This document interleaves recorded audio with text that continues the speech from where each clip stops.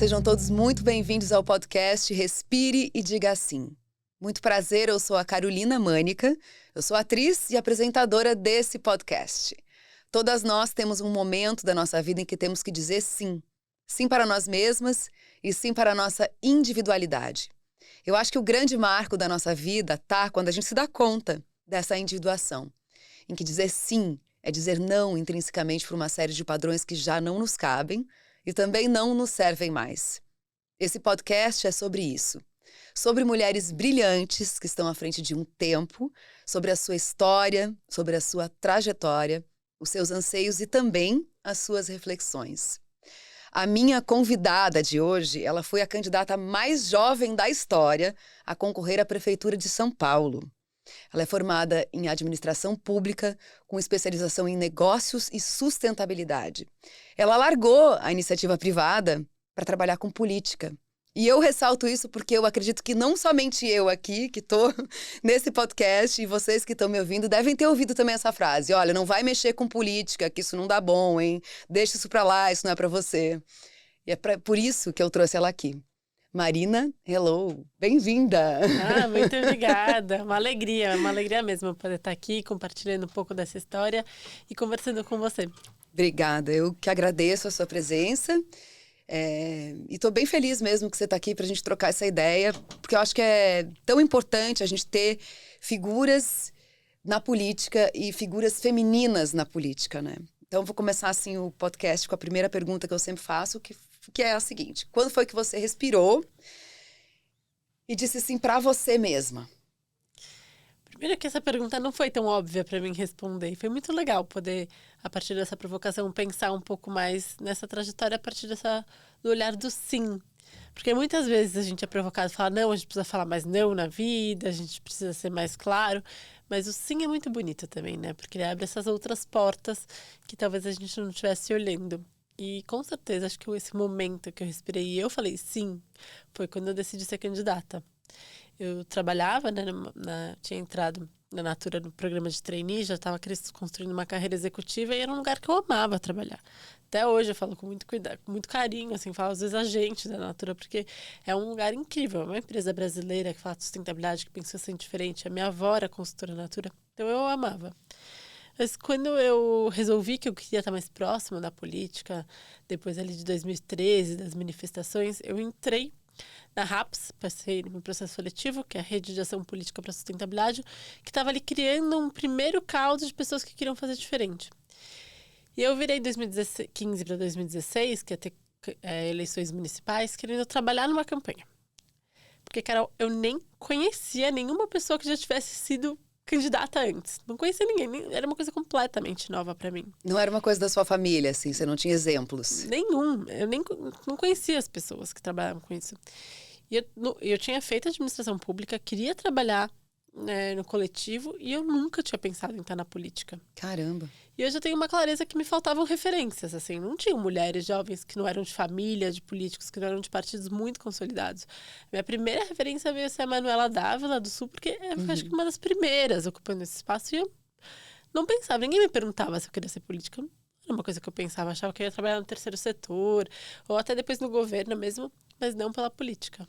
E daí, quando eu entrei nessa rede, comecei a me interessar, eu queria trabalhar numa campanha. Falei, bom, primeira vez, vou ver o que é uma campanha. Eu nem sei como começa, não sei nem o que faz. Quero trabalhar. Só que eu queria que fosse de mulher, porque eu sempre tive muito claro que a gente precisa ter mais mulheres ocupando os espaços de poder na sociedade. Que fosse de jovem e que falasse de sustentabilidade. Bom, três coisas completamente inovadoras para um momento que nem se falava nisso. Eu tinha 28 anos. E daí eu não achei ninguém com esse Caramba. perfil. E daí uma amiga minha, que também não entende nada de política, eu não sabia nem se eu ia ser candidata a vereadora, não sabia se ia morar em Brasília, em São Paulo, mas ela falou, olha, por que não você? Você é mulher, jovem, fala de sustentabilidade. Eu falei, eu não tenho a menor ideia como faz isso. Ela falou, a gente também não, mas a gente vai te ajudar, a gente descobre. E daí eu pensei, respirei. Falei com algumas pessoas, meus pais falaram que eu tava louca. Imagina. Falei, isso é perigoso, não vai de jeito nenhum. Tem essa ideia, né, que é perigoso, né? Tem muito essa ideia. Às vezes é também, né? Isso que eu falo, não é totalmente infundada, mas tem muito essa ideia. E Mas não é pra você nunca vai ter espaço, é difícil. Mas foi um momento que eu disse sim. Que eu respirei e disse sim, esse é um caminho que eu quero construir. Sim, todo mundo falando que eu sou louca. Eu vou ser candidata a vereadora. E daí, enfim, foi uma loucura mesmo. Mas foi muito legal e começou esse processo. E como foi a partir daí, assim, esse frio na barriga, assim, o que veio com isso, né? Primeiro eu pedi uma licença não remunerada no trabalho. Era fevereiro, mais ou menos. Não, era abril. Já abril, pensa.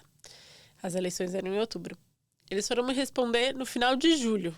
Porque era uma empresa muito demorada. Quando eles me responderam, eu já tinha certeza que se eles falassem que eu não poderia ter, eu ia pedir demissão. Porque eu já estava muito envolvida no projeto. E dentro dessa construção de como foi sendo, eu decidi ser filiada à Rede de Sustentabilidade. Tinha um histórico já com sustentabilidade, tinha tido a experiência de ir para a Amazônia, decidi trabalhar num projeto em relação a Belo Monte, no ano de licenciamento, tinha ido para Geral e Santo Antônio. Já tinha certeza de que a nossa geração tinha esse desafio comum, e tem ainda, de pensar um novo modelo de desenvolvimento, pensar em sustentabilidade. Tinha ajudado a coletar assinaturas da rede, sabia que ia ser meu partido. A Marina era minha grande referência na política. Só que foi a primeira eleição que a rede existiu como partido. Então eu não sabia o que estava fazendo e ninguém do partido também sabia. Ninguém sabia o que estava fazendo. Sim, era uma coisa completamente inovadora e nova, né? Tipo... Completamente. Até o próprio partido era inovador, né? Não, os dirigentes partidários, né, nunca tinham feito uma eleição. Então também não sabiam o que tinha que fazer. Então a gente não tinha nenhuma direção. O que foi legal, que nos deu a possibilidade de inventar muita coisa. Claro. Era o começo de eleições na internet, né? Então ainda tinha muito espaço para pensar coisas diferentes.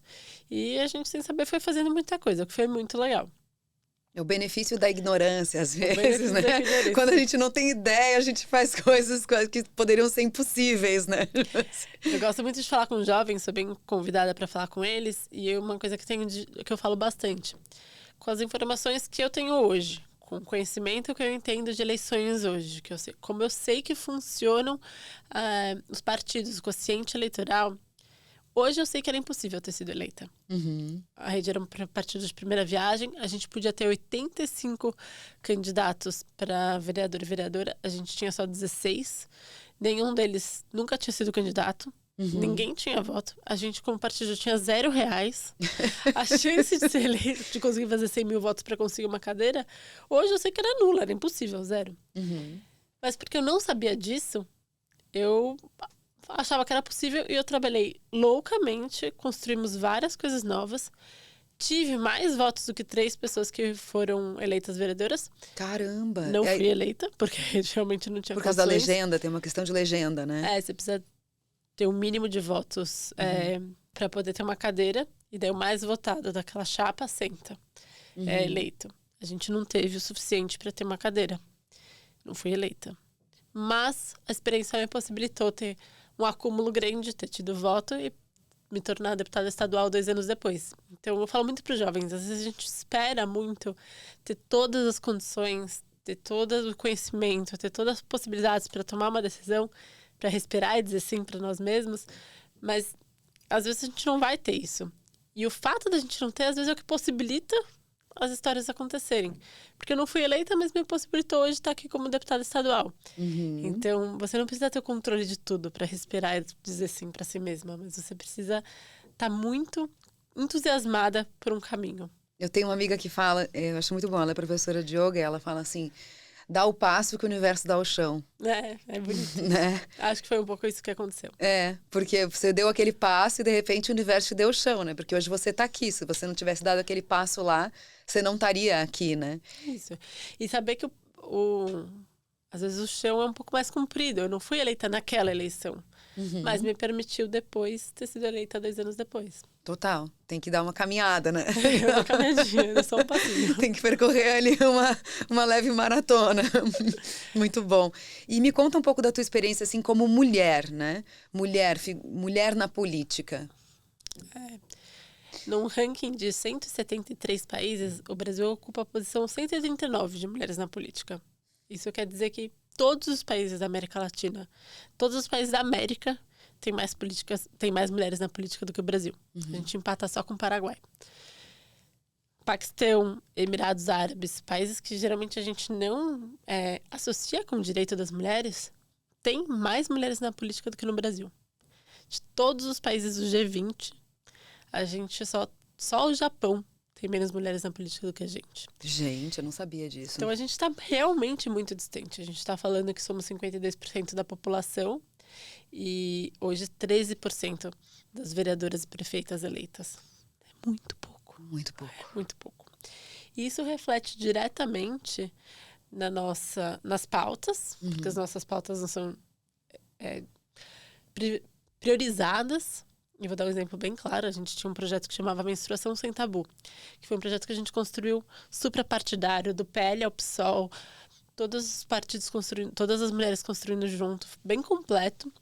E daí, na tramitação do projeto na CCJ, um deputado pegou para ler o projeto e ele ficou constrangido. Não conseguiu falar a palavra menstruação. Sério? Esse projeto aqui, daquele Dia das Mulheres. Dia das Mulheres? Falou pra ele que Dia das Mulheres é dia 8 de março. Um processo biológico, natural, que não é raro, acontece todos os meses, com mais da metade da população. E ele não conseguiu falar a palavra. Então quer dizer que a gente está muito distante de ter nossas pautas priorizadas. Nossa. Estamos falando de dignidade menstrual, de acesso absorvente agora, em 2022, 2023. Então, nossas pautas precisam estar mais bem representadas na política. É importante porque a representatividade importa. Isso, eu não pensava em estar na política porque não era um lugar que eu nem imaginava. As pessoas fecham o olho e não imaginam mulheres em Brasília. Então, quando eu fui pedir voto, as pessoas falam, você, menina, vai fazer o quê? Política não é pra você. Então, representatividade importa porque a gente precisa que as meninas negras, as meninas periféricas, LGBTs, indígenas, hoje pensem que a política pode ser um lugar pra elas. Claro. Para que a gente não continue desperdiçando 50% dos talentos. Se a gente não é mais da metade da população, os talentos são distribuídos assim, igual. A gente está perdendo a chance de pessoas muito boas ocuparem esse espaço. E o terceiro motivo é porque é melhor para todo mundo, né? Se a gente tem pessoas diferentes, com ideias diferentes, as discussões são mais profundas, os argumentos têm que ser mais bem embasados e os resultados são melhores. E daí as grandes empresas falam isso, né? Grandes consultorias, Bain, McKinsey, provam que se a gente tem diversidade, a gente tem melhores resultados financeiros na empresa. Na política isso faz muito sentido, né? E a gente tem vários estudos no mundo que mostram que quando eu tenho maior equidade de gênero, tem melhores resultados educacionais, menos violência, menos indicadores de corrupção. E não é porque as mulheres são menos corruptas, mas é porque a diversidade ajuda a avançar uma democracia estável para todo mundo. Então a gente tem muito a avançar nessa pauta. Total. Não, e eu fico pensando também, assim, se a gente não pode falar de pautas como menstruação, que é um processo natural e biológico, educação sexual, então é uma coisa que está muito distante, né?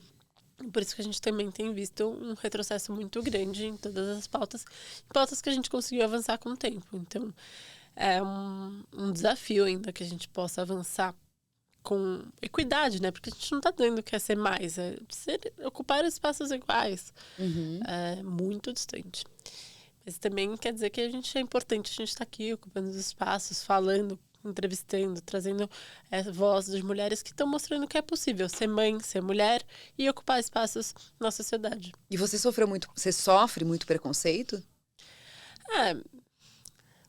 A política é um retrato da sociedade, né? Então, sim, desde pedir voto, em que eu escutava, só voto se eu te dou um voto, se te der um beijo, se você me dá um beijo na rua pedindo voto, ou isso não é lugar para você.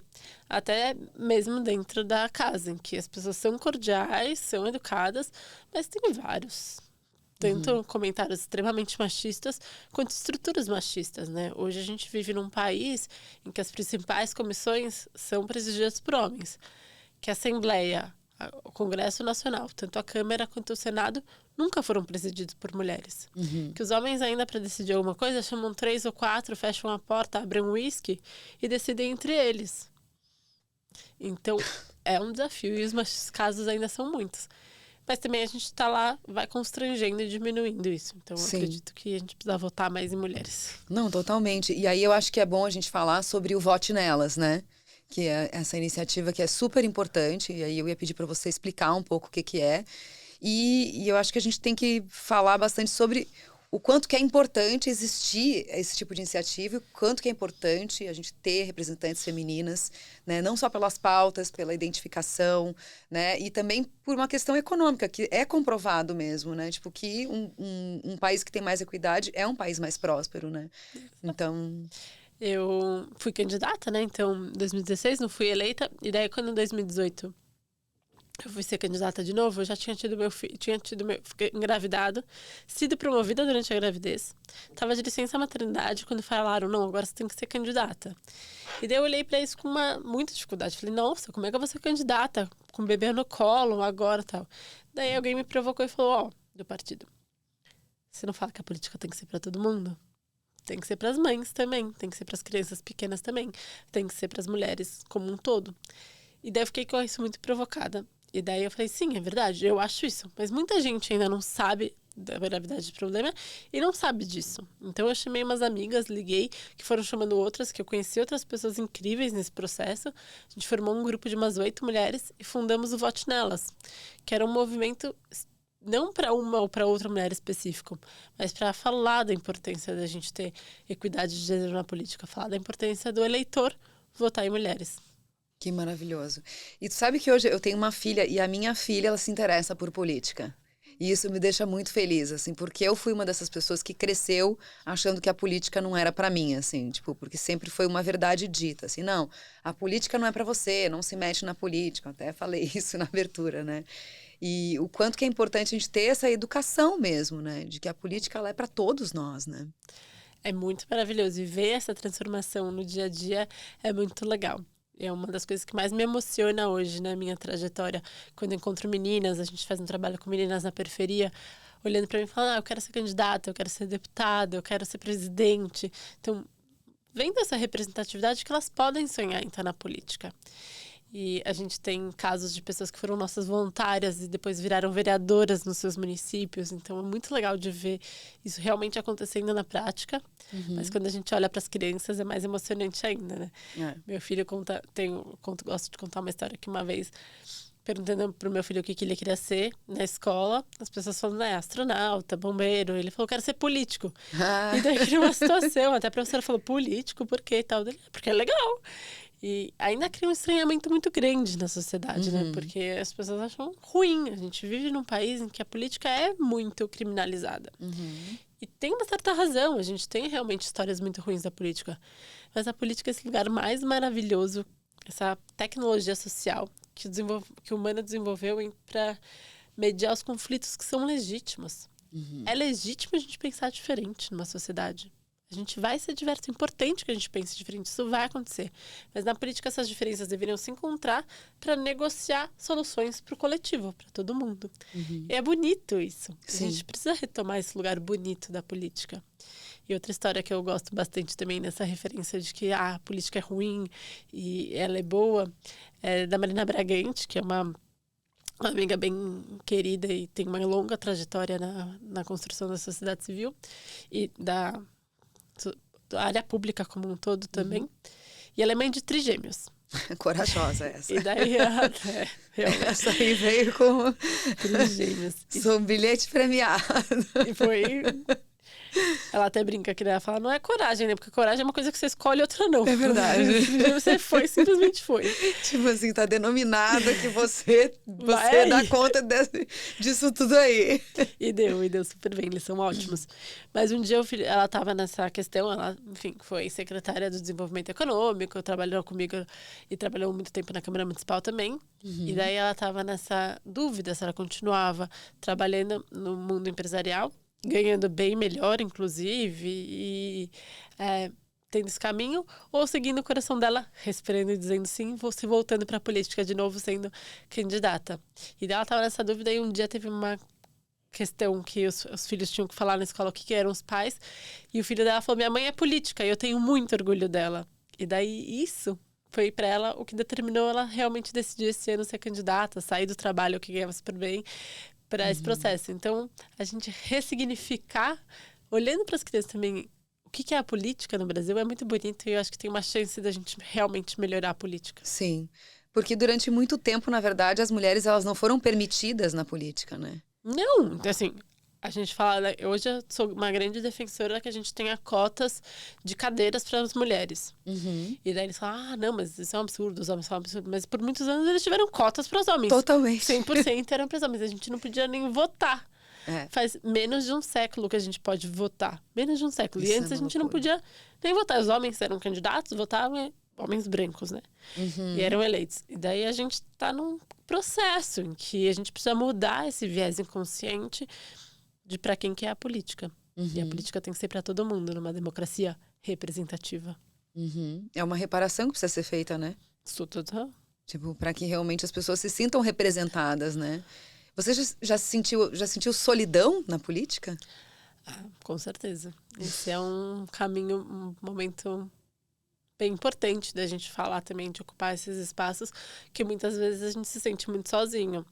Sozinho porque você tem um time para liderar e você é a liderança, sozinho porque você no final do dia tem que tomar as decisões, porque não é uma empresa com um nome, assim, é você, é seu nome, é sua assinatura, sua cara. Pedir voto é muito desafiador e às vezes você recebe hate. Eles falam, tô aqui fazendo uma coisa coletiva porque as pessoas estão me odiando. Então, tenho vários momentos de solidão. Mas quanto mais mulheres a gente trouxer e mais grupos a gente conseguir fazer de conectar, de pessoas que estejam vivendo por isso, acho que mais forte a gente vai estar. E como é que você lida com essas críticas, assim? Porque as tuas pautas, elas são pautas, eu considero fundamentais, assim, né? Tipo, sustentabilidade, meio ambiente, infância, né? São pautas fundamentais, assim. Como que você lida com essas críticas, vendo que, assim, nós estamos falando do básico, né? Do que a gente precisava ter como primeiro pensamento, vamos resolver isso aqui, educação, meio ambiente, né, equidade. Mas não, sempre são pautas muito criticadas. Como que você lida com esses ataques, assim? Tipo... Para além da pauta, estar na política é tomar decisões. Às vezes você tem que apoiar algumas coisas, às vezes você tem que se posicionar de algumas formas. E eu queria dizer pra você que eu não me importo, mas não é verdade.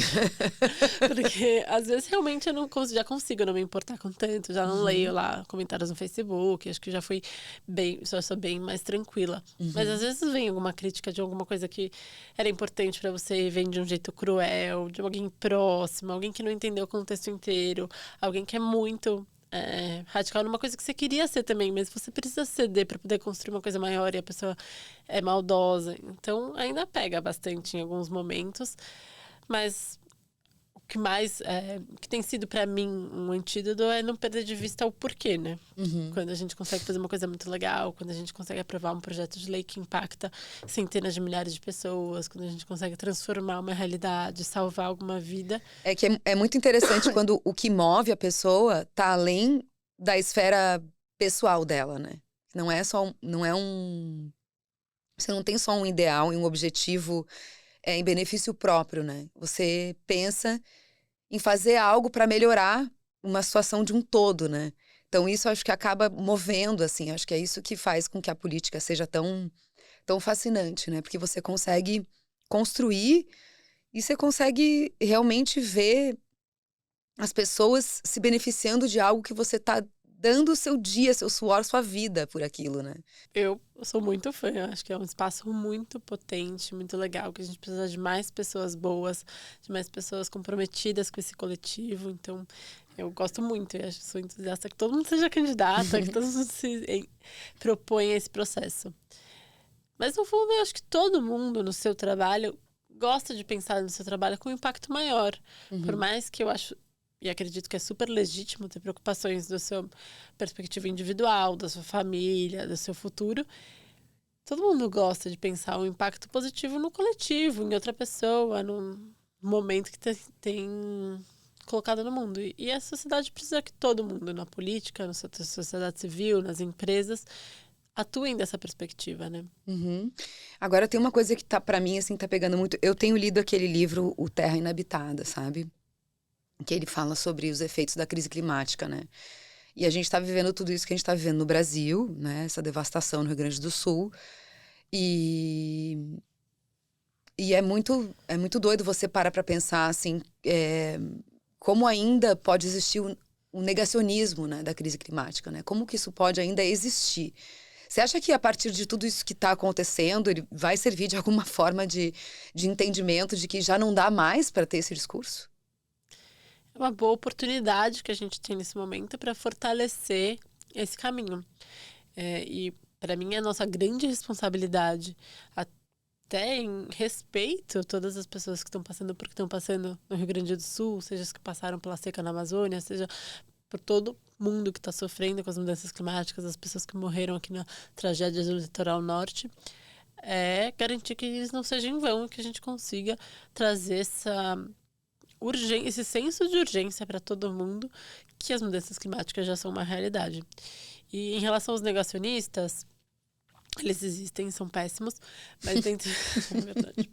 Mas dentro de um espectro, a gente tem de um lado pessoas poucas, como a Marina Silva, que estão há anos falando e trabalhando para isso, e são realmente, tem uma clareza muito visionária do tema. E do outro lado a gente tem, sei lá, 100% negacionistas que falam que não tem nada a ver com a nossa ação na Terra, dos homens, é o eixo da Terra que está mudando, sei lá, a Terra é plana. E daí entre esses dois eixos a gente tem uma grande meia, uma grande massa que são, na verdade, que a gente precisa focar. Eu foco muito menos em tentar convencer uma pessoa que está entre a discussão de não existe mudança climática e a Terra é plana, do que falar para as pessoas que entendem que existem as mudanças climáticas, que entendem que é importante, que isso é urgente, que a gente precisa mudar a nossa prioridade no tema. Porque não é fácil, né? Assim, eu super acredito que as pessoas já entenderam que é uma realidade, o que a ciência está apontando. Agora a gente tem um desafio muito grande de transformar isso em política pública concreta.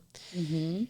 Porque não é que a saúde deixou de ser um problema, não é que as pessoas deixaram de ficar doentes, não é que deixou de faltar professor na escola, não é que as pessoas já todas têm casa. Os problemas do século passado continuam existindo e eles estão todo dia.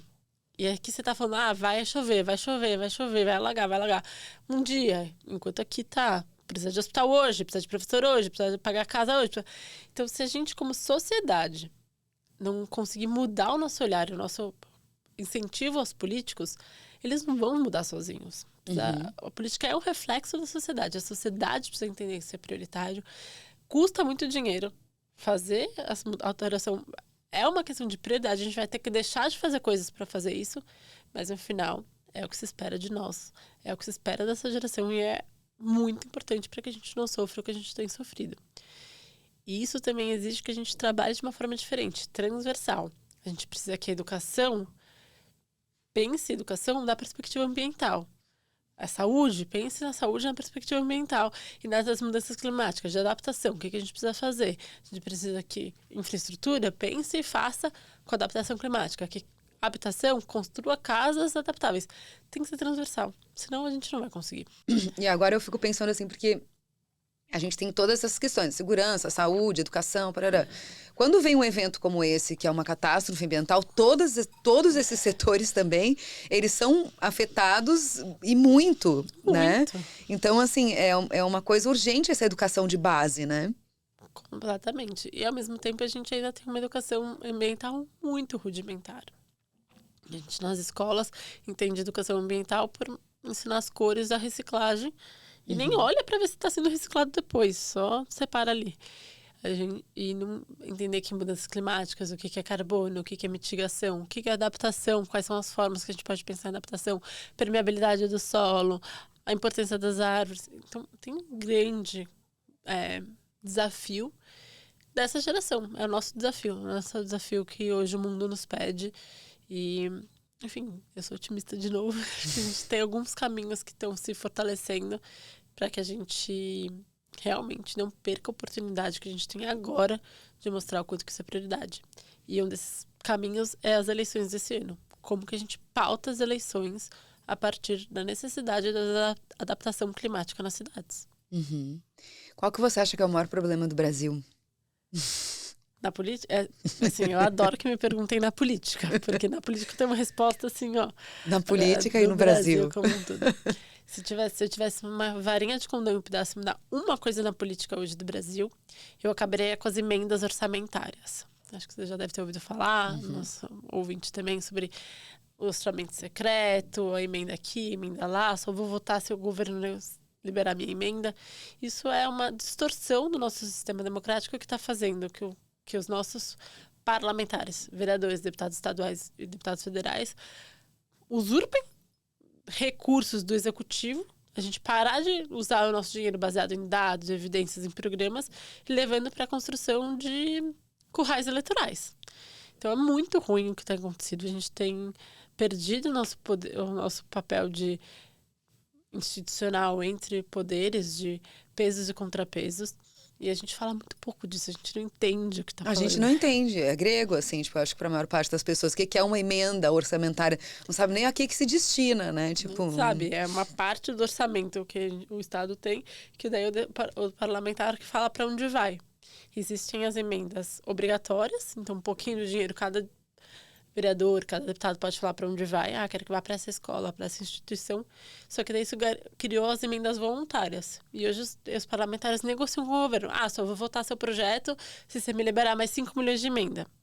Daí do dinheiro cada parlamentar tem um valor de emendas, é isso? Cada parlamentar tem, chama as obrigatórias. Uhum. Só que isso criou uma outra figura que chama as voluntárias, que é a negociação além dessas. Que é a política dentro da política. Exato. Que é o jogo político, né? E o parlamentar chega e fala, eu só vou votar esse projeto se você me liberar 5 milhões de emenda. Só que isso é vender o voto com dinheiro público. Sim. E daí ele pega essa emenda, esse dinheiro, e destina para a cidade que ele tem voto, para o projeto que ele tem voto, que necessariamente não é a cidade que mais precisa. Entendi. E daí isso vai crescendo e crescendo, e cada vez mais os parlamentares estão fazendo essa negociação. Há 5 anos atrás, ninguém falava isso em público, era negociado à porta fechada. Hoje o parlamentar fala no jornal. Só vou votar quando o governo liberar as emendas. O governo Lula precisa liberar mais emendas para o Lira pautar a reforma tributária. Isso quer dizer que a gente está negociando voto com dinheiro. Total. É muito louco. E é dinheiro público. É o nosso dinheiro, né?